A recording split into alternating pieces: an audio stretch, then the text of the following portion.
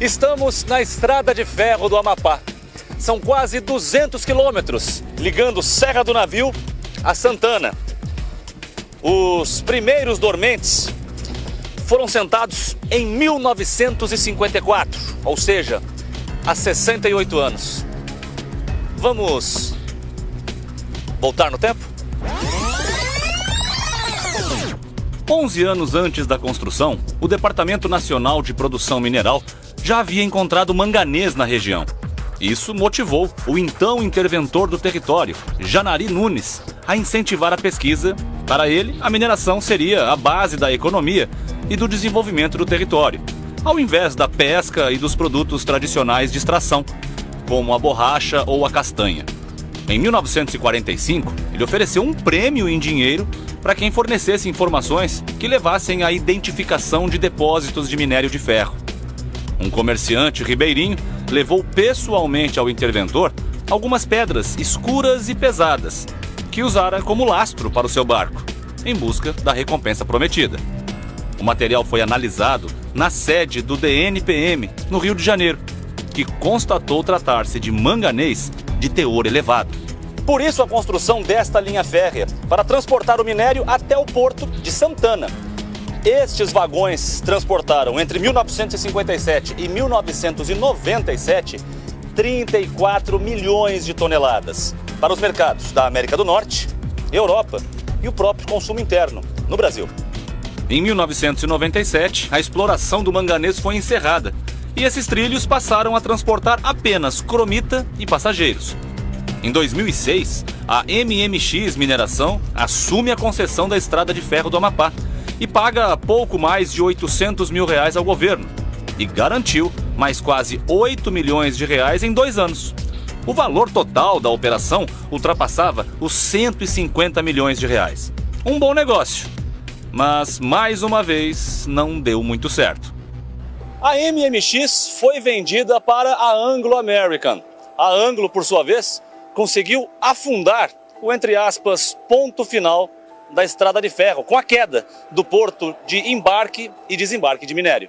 A imagem é devastadora. O que sobrou foi muito ferro destorcido, onde funcionava o pier da empresa. E segundo informações do Corpo de Bombeiros, ainda há risco de acidentes, pois a cada segundo o barranco cede um pouco mais.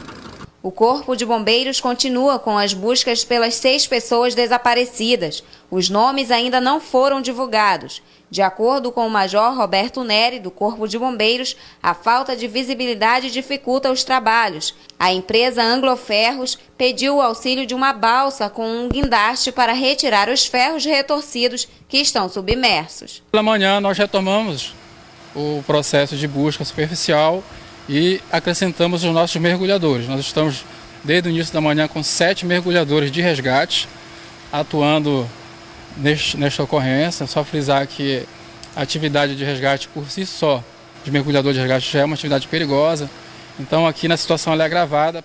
A Capitania dos Portos vai abrir um inquérito administrativo para investigar as causas do acidente. Algumas possibilidades foram levantadas de uma onda, que poderia ter causado esse choque. E havia uma embarcação aportada no momento lá, uma embarcação grande, porte de 44 mil toneladas. Então, mas isso vai ser averiguado. A gente não pode realmente afirmar se essa onda ela foi causa do acidente ou se ela foi consequência. Infelizmente, nós não podemos aí afirmar isso. E teve o seu controle transferido para a indiana Zamin.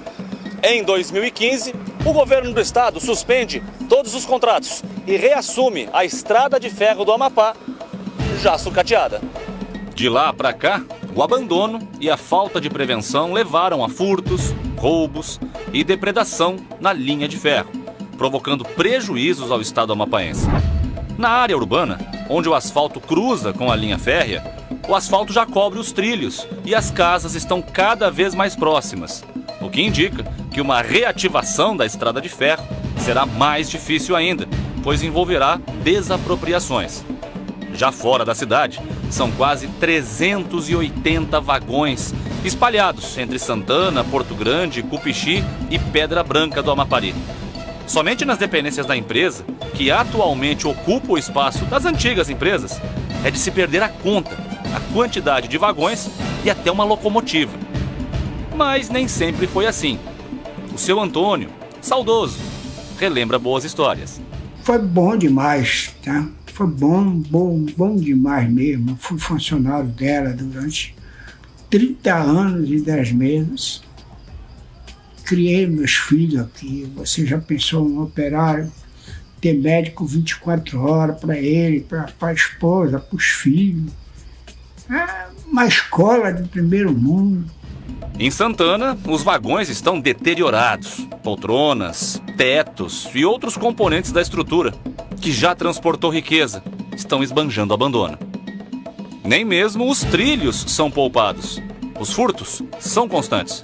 Dando prosseguimento às investigações de furtos ocorridos no interior da empresa DEV, antiga Zamin, a equipe da 2ª DP Santana agiu novamente interceptando o transporte de várias chapas e trilhos pertencentes à empresa. Ao chegar no local, constatamos o transporte balsa transportando, utilizando ali as vias do Porto Souza Mar. As investigações vão prosseguir com a intimação de todas as pessoas envolvidas ou pessoas que possivelmente tenham informações sobre o carregamento. Tivemos as informações que 30 chapas já teriam sido transportadas. Pesam mais de 300 quilos e são usadas principalmente para a fabricação de navios. Pelas nossas investigações, os elementos informativos que nos levam a acreditar que há uma organização criminosa envolvida nos furtos e agora no transporte, da tentativa de transporte desses materiais. A 2ª DP intensificará as investigações e vamos prosseguir dando uma resposta à sociedade, ao Estado e ao cidadão santanense. Hoje, de acordo com primeiras informações, os prejuízos seriam de mais de R$500 mil, fazendo o balanço de todas as chapas que foram furtadas e já teriam sido transportadas. 2ª DP Santana intensificará as investigações. E se tem quem furta, é porque tem quem compra. Sem trilho, tá difícil andar de trem, né? Novamente, lamentavelmente, isso tem ocorrido muito.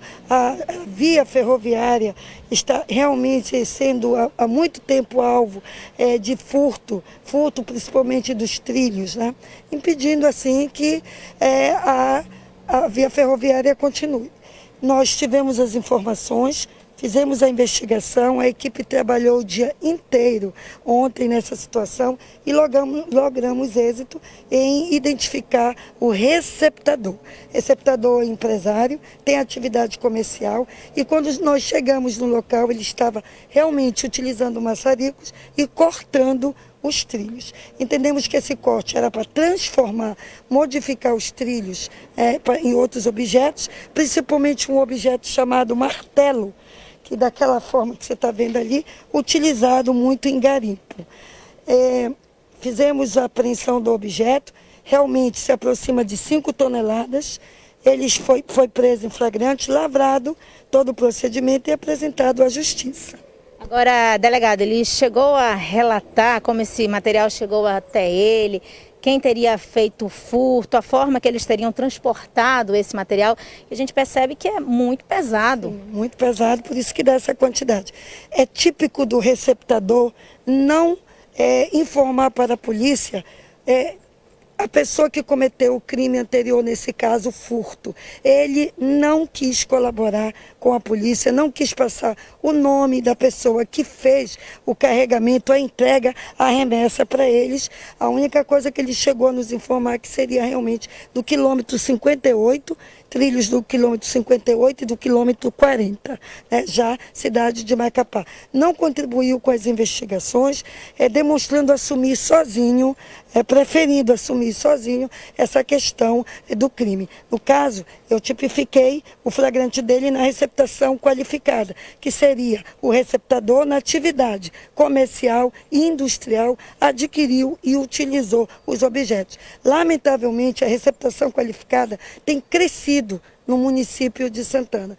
Lamentável, porque o empresário, o comerciante, tem que ter aquele cuidado maior do que realmente ele está adquirindo. Foi um trabalho satisfatório da equipe da 2ª DP Santana. Parabenizo todos os agentes de polícia, na pessoa do chefe de investigação, Ricardo França.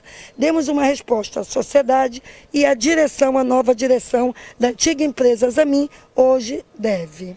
Agora, delegado, esse material foi apreendido, passando por perícia, ele será devolvido à empresa após toda a perícia, todos os laudos? Sim, com certeza faremos um termo de entrega para a nova diretoria e esse material, segundo os próprios engenheiros da empresa, ele tem um valor de mercado, essas 5 toneladas, de aproximadamente 1,5 milhão. Um valor significativo para a empresa que está reabrindo, né, se erguendo, né, voltando a funcionar. E, por essa razão, nós tivemos a demonstração de grande satisfação da nova diretoria. É a Polícia Civil fazendo a segurança pública na cidade de Santana, dando uma resposta a uma empresa desse porte, a DEV Mineração e a sociedade santanense. Eu gostaria de aproveitar você, cidadão santanense, que tem informações de pessoas que utilizaram esses trilhos que pertencem à estrada ferroviária, que estão utilizando, que furtaram, que compraram, de qualquer forma adquiriram. Procure a 2ª DP Santana, informe, seu nome será mantido no total sigilo. Agora, delegado, não se investigou a logística utilizada para o corte desse material. Agora, vocês receberam a informação que se fazia todo o procedimento durante a noite?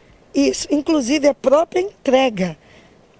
A pessoa que furtou, que trouxe para a metalúrgica do flagranciado, era à noite, tudo à noite. E o trabalho dele também à noite. Você percebe que ele modificou. Os trilhos foram cortados e cada peça daquela tem aproximadamente 25 quilos. Seria uma peça de nome martelo, que seria vendida para os garimpos, porque é uma peça que é acoplada a uma máquina de moinha que quebra as pedras durante o garimpo. Tudo feito com o trilho da estrada ferroviária do estado do Amapá, patrimônio do povo amapaense. Agora, não se tem a informação, delegada, para que garimpo iria esse material? Nós estamos avançando, para não prejudicar, eu só posso informar que estamos avançando nas investigações, inclusive no próprio nome dos envolvidos no furto dos trilhos da cidade de Macapá. Faremos todos os nossos relatórios e vamos encaminhar para os delegados de polícia em Macapá para continuar as investigações. Temos certeza que vamos lograr êxitos, porque estamos avançando bastante. E dessa forma neutralizar esse grupo, né? Esse grupo envolvido em furto, comercialização dos trilhos pertencentes à estrada ferroviária do Amapá. Com certeza, delegada, para fazer a retirada desse material, esse corte de lá do quilômetro 40 e 58, eram mais de 2 pessoas, 3, um grupo realmente, para conseguir transportar todo esse material, fazer o corte.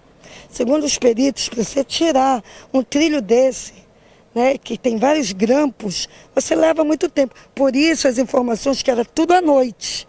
Faziam tudo à noite, né? É muito tempo, é muito pesado, né? Muito pesado, e realmente não foi 1, 2 pessoas. Há toda uma logística criminosa, que leia-se associação criminosa, envolvendo realmente o furto, a retirada desses trilhos sem qualquer autorização da estrada ferroviária. E essa associação criminosa, esse grupo, será investigado. E aí, o que fazer?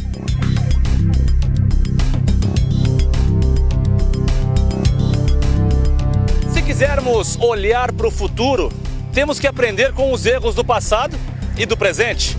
Se quisermos algo para eles, a próxima geração, temos que trabalhar. E a reportagem de hoje, um pouco sobre a história da estrada de ferro do Amapá, pode ser o caminho mais rápido, o caminho mais fácil para que a gente possa escoar todas as riquezas do interior do estado para o Porto de Santana, que todos sabemos é o porto mais próximo da Europa, da América do Norte, do platô das Guianas e do resto do mundo. Então, fica a lição para você de casa e para os nossos governantes. Temos riqueza, temos uma estrada de ferro de 200 quilômetros de extensão.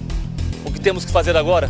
Trabalhar, recuperar, para que o Amapá possa voltar a crescer.